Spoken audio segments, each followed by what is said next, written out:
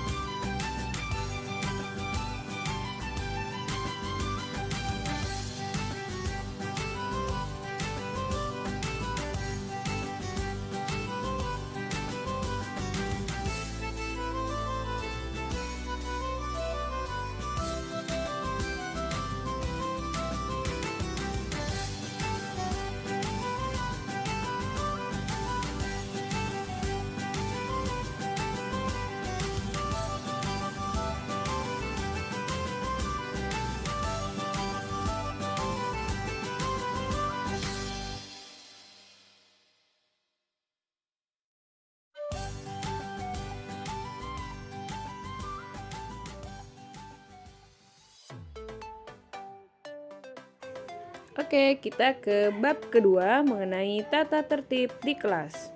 Untuk menjaga kenyamanan selama proses pembelajaran, mari kita mengetahui apa saja tata tertib di kelas. Ibu akan bagi 3 tata tertib di kelas. Yang pertama, cara berbicara. Yang kedua, cara berpakaian. Yang ketiga, menggunakan fasilitas umum. Nah, anak-anak, untuk tata tertib cara berbicara dengan orang lain, berikut Ibu jelaskan ya. Pertama, berkata peliharalah lidah. Jangan menyinggung perasaan.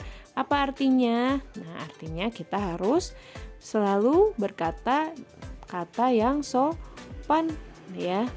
Tidak boleh menggunakan bahasa-bahasa yang tidak sopan, yang kasar ya. Kita gunakan bahasa yang sopan dan santun ya, mencerminkan kita budaya timur ya. Jangan menyinggung perasaan. Kalau misalnya kita sedang berbicara, gunakan kata-kata yang baik, jangan sampai orang tersinggung. Kemudian, jangan memotong pembicaraan antara orang lain ataupun misalnya saat Bu Guru menjelaskan di depan kelas. Nah, saat Ibu menceritakan atau menjelaskan di depan kelas, anak-anak tidak boleh memotong. Ya, harus mendengarkan dahulu ya. Jika mau bertanya, boleh Bu, angkat tangan. Saya mau bertanya. Nah, seperti itu. Ya, nanti ada waktunya Ibu siapkan waktu untuk kalian berbicara. Jadi saat Ibu menjelaskan, jangan berisik ya. Harus mendengarkan ya. Kemudian, perhatikan dengan siapa berbicara. Kalau misalnya berbicara sama teman, menggunakan bahasa yang bahasa ke teman ya. Kalau sama orang yang lebih tua, gunakan bahasa yang sopan. Kalau sama Bu Guru, pakai Bu. Sama Bapak Guru pakai Pak ya.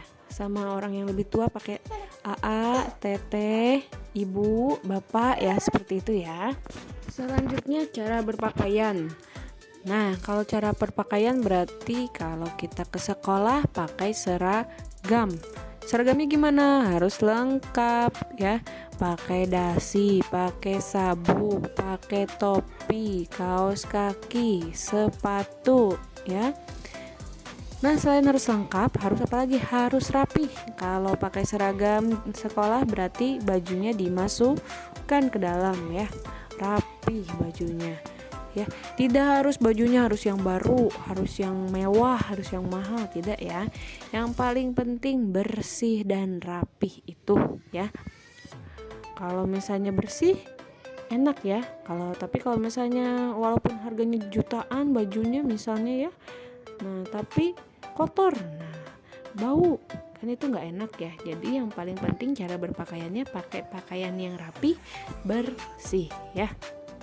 Terus pada waktu olahraga pakai pakaian olahraga. Jangan kalau misalnya pelajaran olahraga pakainya baju seragam hari Senin. Nah, tidak boleh ya. Harus sesuai. Kemudian mengenakan pakaian harus cocok dengan situasi dan tempat. Kalau di sekolah pakai seragam, kalau di rumah pakai baju bebas ya. Harus sesuai ya. Kalau hari Jumat pakai seragam hari Jumat, kalau hari Senin pakai seragam hari Senin ya. Kalau olahraga pakai seragam olahraga. Menggunakan fasilitas umum yang terakhir ya. Tata tertibnya apa saja? Nah, fasilitas umum seperti buang sampah pada tempatnya karena kita menggunakan ruang kelas. Nah, ruang kelas juga kalau misalnya habis makan, habis jajan, sampahnya jangan disumput-sumput di bawah kolong meja ya. Jangan, langsung dibuang. Kemana buangnya? Ke tempat sampah ya. Kalau lagi jajan di luar, lagi jajan nih makan di lapangan, sampahnya juga jangan dibuang sembarangan ya. Jangan dibuang di lapangan, jangan dibuang di jalan ya. Buangnya kemana? Ke tempat sampah ya. Kemudian jagalah kebersihan baik di dalam kelas maupun di sekitar halaman. Nah, kalau habis main bola sepatunya kan kotor ya. Sepatunya dibersihkan dulu sebelum masuk ke kelas. Kemudian kalau habis jajan sampahnya ke tong sampah lagi ya. Terus kalau misalnya di kelas habis nulis, coret-coret, gunting sana, gunting sini, nah bekasnya sampahnya harus dibuang ke tempat sampah. Kalau misalnya dijaga kebersihannya tiap hari, kelasnya selalu bersih, piketnya juga tidak akan capek ya. Kalau kelasnya sudah bersih, nggak banyak kertas berserakan ya. Nah, kita tidak usah nyapu lagi karena sudah bersih. Jadi lebih ringan kalau kita menjaga tiap hari rapi, kelasnya bersih, piketnya juga nggak usah capek ya. Karena sudah bersih, sudah rapi, paling tinggal disapu sedikit-sedikit ya. Nah, yang terakhir, menggunakan fasilitas umum. Tata tertibnya yang terakhir adalah kalau misalnya kita punya taman umum harus ikut dijaga kebersihannya. Jangan mentang-mentang sudah ada penjaga sekolah ya yang selalu nyapu, nyiramin tanaman. Nah, terus kita cuek gitu, udah biarin ada penjaga sekolahnya, nggak boleh ya. Tetap walaupun sudah ada penjaga sekolah yang tugasnya menyiram, merapikan tanaman, kita juga harus ikut berperan karena kita sebagai warga yang sekolah di sekolah kita, berarti taman juga punya kita, berarti kita juga harus mau ikut merawat. Kalau lihat tanamannya kering belum disiram ya. Kalau ada sampah berserakan ya, mau di jalan, mau di lapangan, mau di dalam kelas, pungut ya. Jangan malu-malu, jangan cuek, pungut, ambil, buang ke tempat sampah ya. Karena AA Teteh sekarang sudah ada di kelas 3, harus lebih dewasa, harus bisa mencontohkan kepada adik-adik kelasnya sikap-sikap yang baik ya. Bab ketiga tentang target pembelajaran. Mungkin untuk bab ketiga ini lebih dikhususkan untuk orang tua ya, untuk bapak dan ibu, ayah dan bunda. Capaian pembelajaran apa yang perlu dicapai selama duduk di kelas 3. Nah, ini dia kompetensi inti ya target pembelajarannya. Yang pertama, menerima, menjalankan, dan menghargai ajaran agama yang dianutnya. Kedua, menunjukkan perilaku jujur, disiplin, tanggung jawab, santun, peduli, percaya diri dalam berinteraksi dengan keluarga, teman, guru, dan tetangga, serta cinta tanah air. Yang ketiga, memahami pengetahuan faktual, konseptual, prosedural, dan metakognitif pada tingkat dasar ya. Nah, yang keempatnya, menunjukkan keterampilan berpikir dan bertindak kreatif. Ya, penerapannya seperti apa hasil pembelajarannya ya. Bab yang terakhir, penilaian.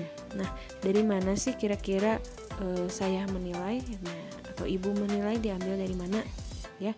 Nah, pengambilannya saya mengambil dari 50%. Itu diambil dari nilai harian berupa PR, tugas harian di kelas ya. Kemudian 20% diambil dari absensi, nilai kehadiran. Nah, terus dari UAS dan UTS masing-masing memiliki bobot yang saya ambil adalah 15%.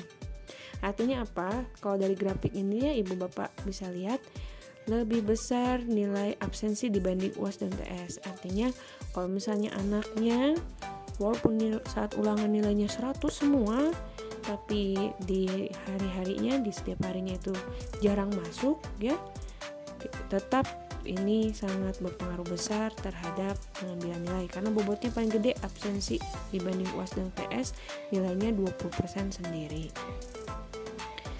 Dari manakah penilaian harian? Nah, penilaian harian dilihat dari sikap sosial, keterampilan, sikap spiritual, dan pengetahuan. Nah, buat Bapak Ibu yang masih belum tahu apa saja sikap sosial yang dinilai, nah seperti sikap jujur, disiplin, tanggung jawab, santun, peduli, dan percaya diri ya. Kemudian sikap spiritualnya misalnya saat ketaatan beribadah, bersyukur, berdoa, dan toleransi. Kemudian keterampilan, penerapan hasil dari pembelajaran. Kira-kira anak-anak saat praktek bisa menjalankannya atau tidak ya. Pengetahuan, nah ini pengetahuan atau penguasaan terhadap materi pembelajaran. Kalau saya pribadi sebenarnya ingin menitik beratkan terhadap keterampilan, sikap sosial, dan spiritual ya, lebih ke akhlak. Karena saya yakin kalau misalnya anak yang pintar misalnya nilainya 100 semua, tapi sikap sehari-harinya tidak bersopan gitu, tidak sopan, tetap ya menurut saya itu belum berhasil. Bagi saya tidak apa-apa nilainya tidak harus 100, tapi kesehariannya anaknya sopan, santun, jujur, taat ibadah ya. Terus pengamalan pembelajarannya, kesehariannya bagus ya. Itu yang saya utamakan. Jadi kalau misalnya jangan heran kalau dari nilai 100 tapi tidak bisa jadi juara ya. Nah, ternyata ada poin-poin lain selain itu yang saya nilai ya. Selanjutnya untuk anak-anak ya, ini Ibu ada tips bagaimana cara agar bisa belajar efektif ya. Mungkin di rumah sudah belajar tapi pembelajarannya tuh masih belum bisa masuk ya, nggak bisa masuk ke otak, sering lupa ya. Kadang di kelas masih bengong, di rumah juga tambah bengong misalnya, nggak ngerti pembelajarannya. Nah, bisa dicoba nih. Ada Ibu tampilkan di sini ada 23 tips cara belajar efektif. Ya, yang pertama belajar kelompok, dicoba ya. Kedua, rajin membuat catatan. 3, membuat perencanaan yang baik. 4, disiplin dalam belajar. 5, menjadi aktif bertanya dan ditanya. Nah, itu paling penting ya. Dan seterusnya bisa dibaca ya di rumah ya. Kalau misalnya di video ini kecepatan, bisa di pause dulu, di stop dulu, dibaca, terus di screenshot boleh ya. Nanti dilanjut lagi. Nah, selain tips yang tadi, ya misalnya saat di dalam kelas atau di tengah pembelajaran, atau Ibu kasih tugas di rumah ada PR yang Ibu kasih ini tidak ada di buku tema ya. Jangan langsung, kenapa ya Bu Guru, kok tugasnya nggak ada jawabannya di buku tema, jangan ya.